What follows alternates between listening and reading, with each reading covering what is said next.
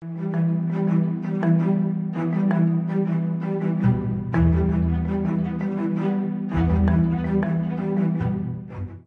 Hamas merilis sebuah video saat melakukan serangan mortir ke arah pasukan Israel. Dalam video yang dirilis di Telegram resmi Brigade Al-Qassam pada Senin 11 Desember, tampak serangan mortir yang dilakukan beruntun oleh Hamas. Terlihat mortir-mortir itu ditembakkan dari tempat tersembunyi seperti di hutan hingga terowongan. Dijelaskan bahwa serangan mortir itu dilakukan demi memecah konsentrasi dari Israel.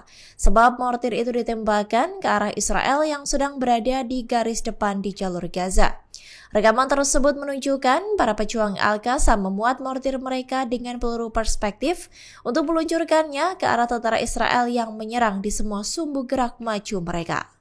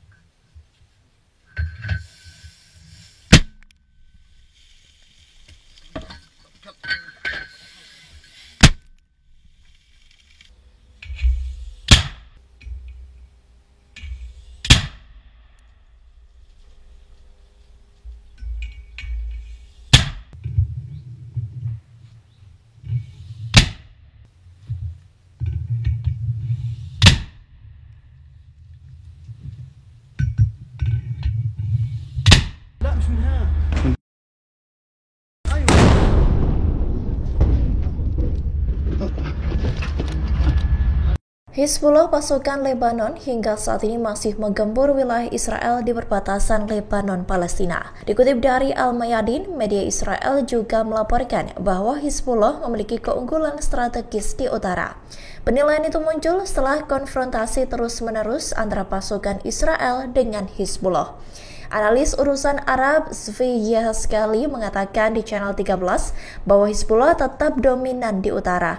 Hal itu dikarenakan pasukan Lebanon tersebut ingin memberikan tekanan lebih besar dan Israel hanya menahan diri. Yehezkali juga mengatakan bahwa Israel di utara telah jatuh ke dalam jebakan. Sementara itu, Shlomi Eldar, koresponden Channel 13 di utara menggambarkan bahwa yang terjadi di utara sebagai perang ATGM melawan kendaraan lapis baja. Ia menilai bahwa Israel telah berdiam diri dan menganggap roket Katyusha sebagai senjata yang paling mengancam.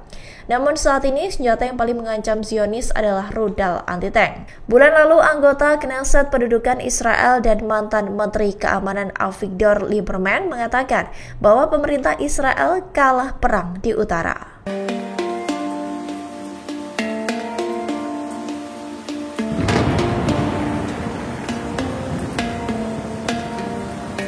Presiden Rusia Vladimir Putin memperkuat militer lautnya dengan meresmikan 2 kapal selam nuklir pada Senin 11 Desember. Peluncuran kapal selam nuklir itu pun dilakukan seusai Putin mendapat kecaman dari Perdana Menteri Israel Benjamin Netanyahu melalui sambungan telepon karena mendukung Palestina. Dikutip dari Al-Arabiya, saat mengesahkan kapal tersebut, Putin mengatakan bahwa dengan kapal dan senjata itu Rusia akan merasa aman. Dijelaskan pula oleh Putin, kapal itu akan memperkuat kesiapan tempur Angkatan Laut Rusia, kekuatan Angkatan Laut di Arktik dan di Laut Hitam dan Baltik, di Kaspia hingga di Timur Tengah. Selain 2 kapal tersebut yang akan bergabung dengan Armada Pasifik, Rusia sedang membangun 8 kapal selam nuklir. Diketahui sebelumnya bahwa Perdana Menteri Israel Benjamin Netanyahu sempat mengecam Rusia yang memilih untuk memberikan dukungan untuk Palestina. Adapun hal itu disampaikan Netanyahu melalui panggilan telepon dengan Presiden Rusia Vladimir Putin pada Minggu 10 Desember. Selain mengecam dukungan itu, Netanyahu juga menyatakan ketidakpuasannya terhadap posisi anti-Israel yang diungkapkan oleh perwakilan Rusia di PBB dan di forum lain. Perdana Menteri Israel itu juga mengkritik tajam kerjasama sama antara Rusia dan Iran. Menanggapi ini, Putin kembali menyampaikan tentang kesiapan Rusia untuk membantu meredakan peperangan di Gaza. Namun terkait dukungan untuk Palestina, Putin menegaskan kembali posisinya. Ia menekankan pentingnya memerangi ancaman teroris tanpa menimbulkan kerugian bagi warga sipil. Putin menegaskan bahwa terorisme tidak dapat diterima dan dikutuk.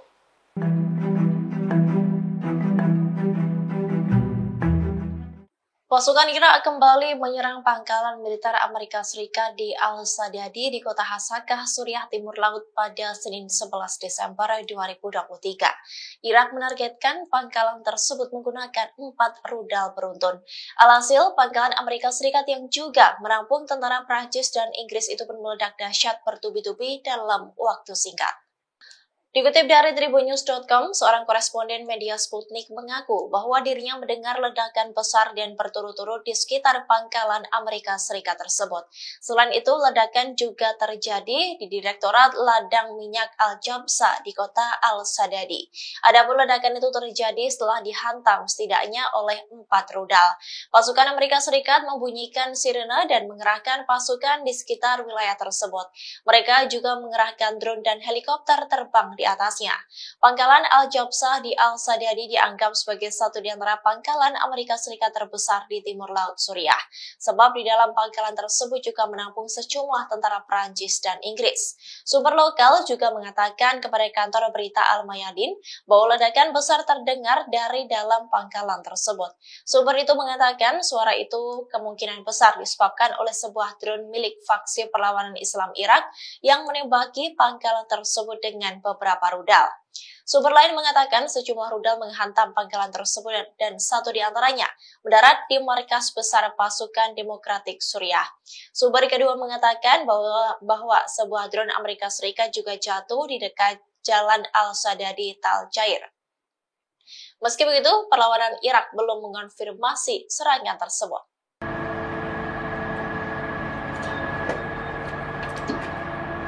Pasukan Hamas berulang kali menargetkan kendaraan militer milik Israel termasuk tank Merkava yang diklaim sebagai tank terbaik di dunia. Tank-tank canggih itu pun kini berubah menjadi rongsokan setelah berhasil dilumpuhkan oleh Hamas di jalur Gaza. Video tank Merkava yang menjadi rongsokan pun beredar di akun X pada Selasa 12 Desember. Pada video terlihat tank canggih itu pun hanya meninggalkan kerangka dan di dalam tank sudah hancur lebur. Terlihat tank tersebut sudah tak bisa difungsikan sama sekali. Tampak tak hanya satu tank, namun terdapat banyak tank yang juga menjadi rongsokan di jalur Gaza.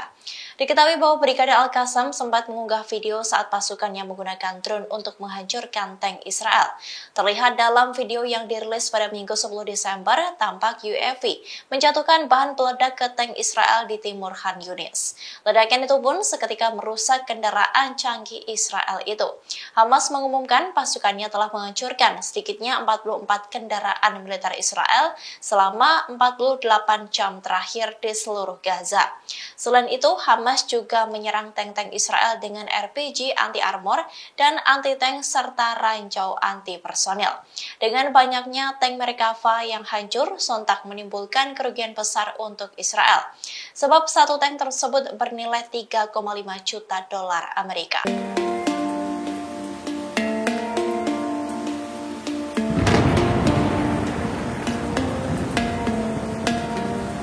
Pasukan Hamas kembali menghujani Tel Aviv Selatan dengan puluhan rudal. Selain mengenai selatan Tel Aviv, rudal itu rupanya juga mengenai kota Holon. Akibat serangan itu menyebabkan 2 kota Israel itu pun porak-poranda. Media Israel mengonfirmasi serangan Hamas tersebut pada Senin 11 Desember. Mereka menyebut 10 rudal diluncurkan ke arah Israel Tengah dan satu di antaranya mendarat di Holon hingga menyebabkan kerusakan besar. Laporan mengatakan seorang pemukim terluka akibat jatuhnya rudal di Holon dan kerusakan signifikan terjadi pada sejumlah mobil. Dalam video yang beredar di akun X terlihat kerusakan di kota Holon yang begitu parah. Selain mobil-mobil yang rusak, jalanan kota pun terdapat lubang yang begitu begitu besar imbas serangan rudal Hamas. Terlihat pula sebuah bangunan yang hancur hingga kaca bangunan pun sudah terkoyak. Tak diketahui berapa banyak kerugian yang dialami oleh penduduk kota Holon akibat serangan Hamas tersebut. Meski begitu, media Israel juga mengklaim bahwa 7 rudal dicegat dalam serangan terhadap pemukiman ilegal di sekitar jalur Gaza dan Sderot yang terletak di selatan wilayah pendudukan Israel. Sehingga terdapat 3 rudal yang lolos dari Iron Dome hingga merusak 2 kota Israel sekaligus. Sayap militer Hamas mengatakan serangan itu dilakukan sebagai tanggapan atas pembantaian Israel terhadap warga sipil di Gaza.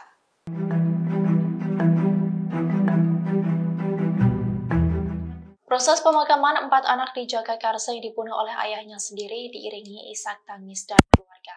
Rupanya seorang polisi yang merupakan Kasat Reskrim Polres Metro Jakarta Selatan, AKBP Bintoro, juga tak mampu membendung air matanya. AKBP Bintoro menyebut bahwa dirinya menyaksikan pemakaman 4 orang anak yang tak berdosa. Dikutip dari Tribun Sumsel, sosok AKBP Bintoro ini sontak menjadi perbincangan setelah menangis saat menghadiri pemakaman keempat anak yang telah dibunuh ayahnya, Panca Darmansyah.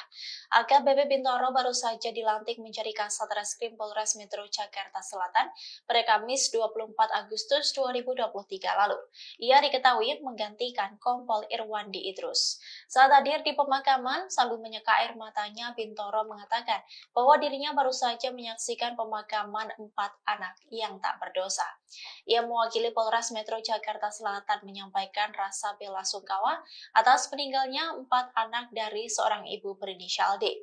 Bintoro mendoakan agar keempat anak tersebut mendapat surga dari Tuhan. Terkait dengan kasus ini, Bintoro menegaskan polisi akan melakukan tes kejiwaan pada Panca Darmansyah sang pelaku dalam waktu dekat.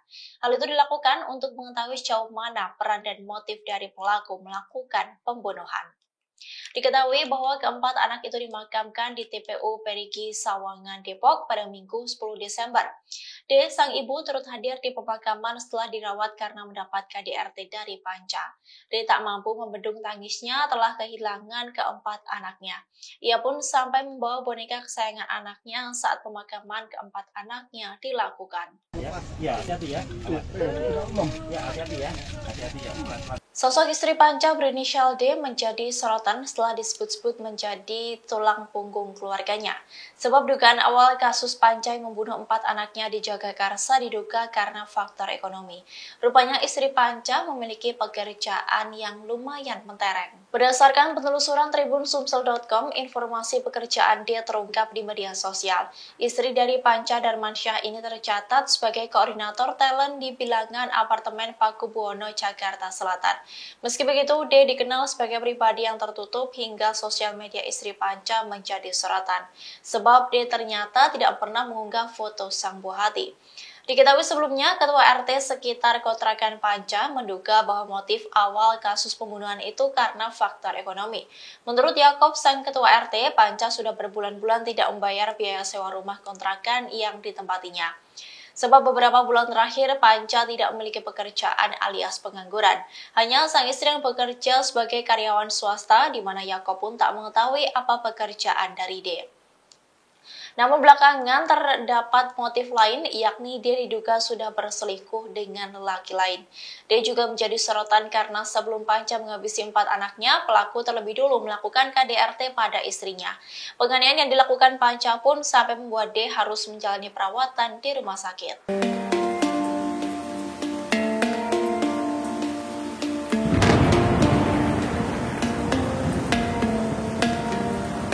Panca Darmansyah, ayah yang tega membunuh 4 anaknya di Jagakarsa dikabarkan tak makan dan minum selesai menghabisi buah hatinya.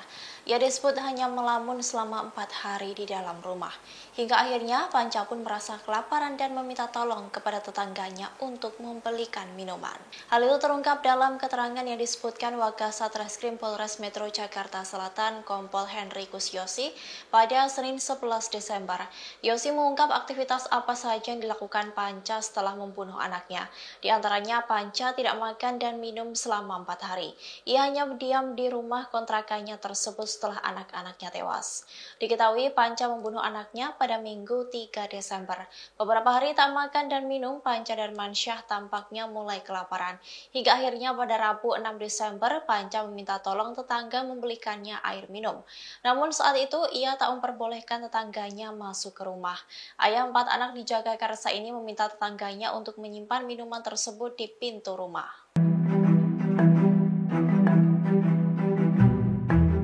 Pengungsi Rohingya yang sudah mendarat di Aceh sudah lebih dari 1.000 orang. Untuk mencegah bertambahnya pengungsi, nelayan di Kecamatan Samalanga hingga Gandapura, Kabupaten Biren, Aceh, terus melakukan pengawasan dan patroli di laut. Patroli ini dilakukan para nelayan di Biren saat mereka melaut. Hal ini diungkapkan oleh Ketua DPD Kesatuan Nelayan Tradisional Indonesia atau KNTI Biren Badrudin Yunus pada Senin 11 Desember. Badrudin mengatakan apabila para pengungsi sudah mendarat, maka para nelayan sudah tidak bisa mencegah lagi. Para nelayan pun hanya mampu mencegah sebisa mungkin agar mereka tidak mendarat di kawasan Biren. Menurut keterangan sejumlah nelayan, Badrudin menyebut hingga kini masih ada kapal yang diduga pengungsi Rohingya di laut lepas. Meski begitu, keberadaan mereka dengan kapal terus dipantau oleh nelayan kemana arahnya. Mereka diinformasikan berada di zona bebas dan bergerak tidak jelas arahnya. Selain meminta para nelayan untuk patroli saat berpapasan dengan boot Rohingya, para nelayan juga diminta membantu apa yang bisa dibantu untuk mereka. Namun tetap diharapkan para pengungsi tidak sempat mendarat. Sebab jika sudah turun ke pasir, para nelayan tidak bisa berbuat banyak karena sudah wilayah pihak lain. Mantan Panglima Laut Biren menduga para pengungsi Rohingya akan terus menyasar kawasan pesisir Aceh untuk mereka mendarat. Pasalnya, pengalaman para pengungsi yang mendarat sebelumnya meski mereka ditolak warga, tetapi tetap ada tempat penampungan. Badrudin selaku Ketua DPD KNTI Biren sangat mengharapkan pihak terkait untuk melakukan patroli di laut agar para pengungsi Rohingya itu tidak bisa mendarat di Biren khususnya dan Aceh umumnya. Download Tribun X sekarang, menghadirkan lokal menjadi Indonesia.